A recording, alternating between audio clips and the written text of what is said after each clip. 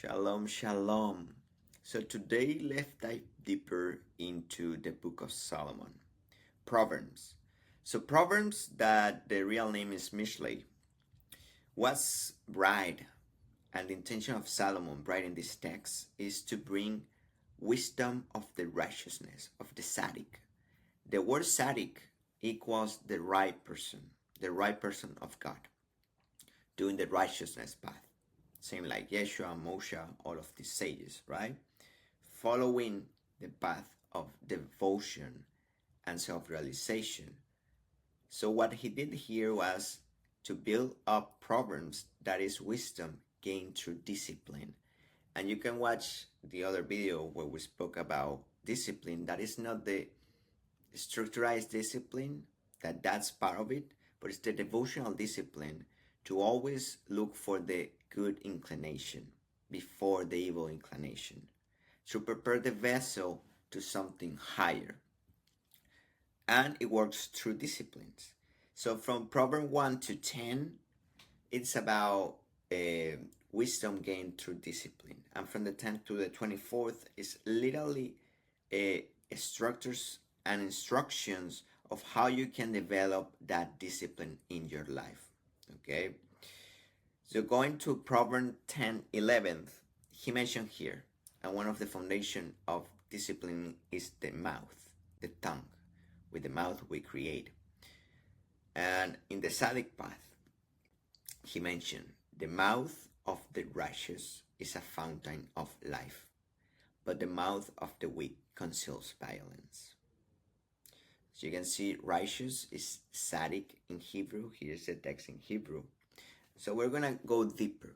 But as you can see now, and what you can take from this, it's the mouth of the righteous is a fountain of life. It's a good inclination. It's the Yetzer Hatov. It's the focus of something higher no matter the circumstance. You always see the optimal part, the optimisms of life. Even if you're passing through a challenge, you're able to perceive light in that challenge. So your words are always fountain of life. There's always wisdom within your words, because you are so in tune with the right path that you know that everything that you are navigating in life is a blessing. And that's the ultimate perspective. But the mouth of the weak goes back to victimism, goes back to drama. It creates resentment. It creates separation. So that means that create violence.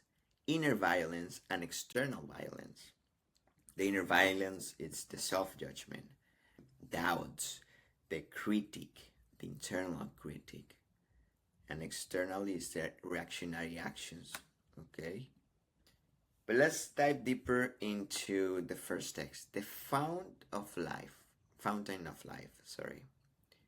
is the Torah wisdom. And just as a reminder, Torah means the law of life of God, right? Which flow from the mouth of the Tzaddik and brings healing to others. So by you applying the law, by you knowing the signs of a spirit, that you know that everything is for the divine, as the divine, to the divine, bringing through the divine, through this vessel, you become the Torah wisdom. You become the law. You become a fountain of light that brings the righteousness path to you and to others as well. Like the Tzaddik, it's like Moshe. And his speech brought the commandments of life and the Torah. What we're reading in the Bible, in the Old Testament, part of it was brought by Moshe, by channeling, becoming the Tzaddik. And if we go to the word Reshamayan, here, it's the serpent who used words to plant doubts and destruction. It's the evil inclination. So we carry this design of good and bad, good inclination, bad inclination. We were created from Elohim. Elohim came in this space to create the duality of good and evil. It was created in the foundation. But the question is, how to tap into the fountain of life. And if we go to a deeper studies of what Solomon was referring, he mentioned the Mekor Hagim, the fountain of life. This is related with the foundation of the tree of life that you will find it in Yesod. Yesod, the literally translation can be foundation, okay? And it's even mentioned again in Proverbs 10:25, and also the Zohar, that the Tzaddik is the foundation of the word. The righteousness is our foundation, is our true nature. And he mentioned in Proverbs 10:25, when the storm has swept by, the weak are gone, but the righteous stand firm forever. Because you have a good foundation that can hold the tree. You also have a good kingdom that is Malchut, but that's going to be fed by the foundation that you give, that is through your mouth, it's through your actions.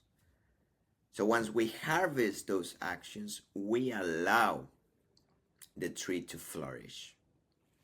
And that's what it was meaning here. And we can go even deeper in the Proverbs 10:25 by itself. But for now, Mekor Hayim means the fountain of life. That is the Yesod in the tree of life, is the foundation of your speech. That also means your perspective about life. Where are you focused in? What are your eyes are like watching and seeing? Because all will depend what inclination you take from it. Or your mouth shares words of wisdom and becomes a fountain of life, that you have the path of the Tzaddik, the righteous path. So everything that brings out of your mouth becomes light. Or you're bringing the distortion. So let's see this distortion. Ufil Resha of the weak covers violence. This is related with the clip pad. Remember, the clip pad is the shelf that we create about us in our life. So it creates layers that blocks the light. So the more conceptions we have, the more layers we have. That's why this healing journey, people say that it's like peeling onions, and you always taking out like a mass, a layer. So it's the layers. And it's referred to Geburah. Geburah is the right side of the tree of life. It's correlated with the strength, but when it's unbalanced, brings the judgment. And here was the angel, the fallen angels enters from this space of Geburah. That was Samael. Samael, when you write Samael, becomes Kamael, that is the strength of God. But if not, it's the deceit of God.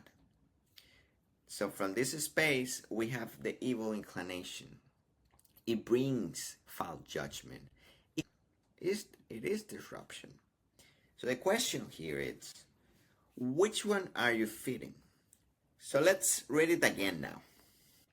The mouth of the righteous is a fountain of life, and the mouth of the weak conceals violence. Where are you focusing?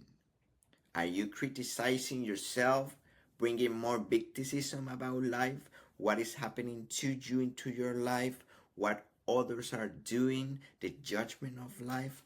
Or you bring up the wisdom? And it says here in Solomon, the tongue of the righteous is choice silver, but the heart of the weak is of little value. So he mentions that the value, the real value, is in the silence, knowing what to say, when to say it, and how to perceive it, how we perceive it, how we share it. Everything will determine how we bring forth the energies of the righteousness or the energies of the evil. When we say evil, it's just the darkness, the negativity. And we came here to reveal negativity into positivity.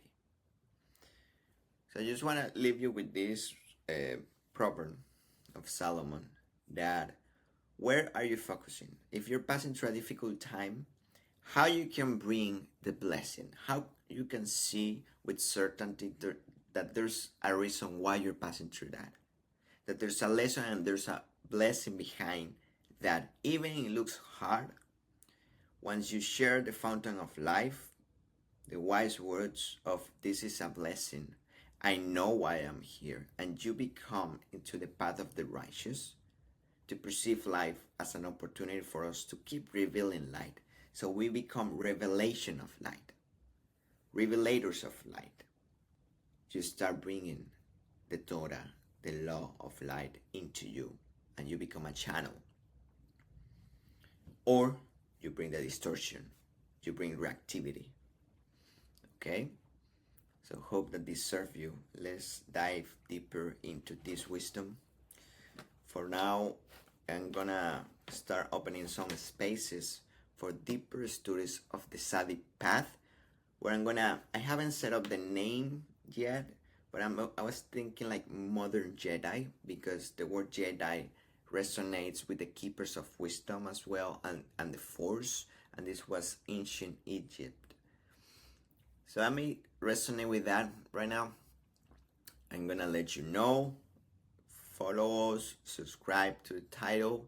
Looking forward to connect with you in the future. Blessings.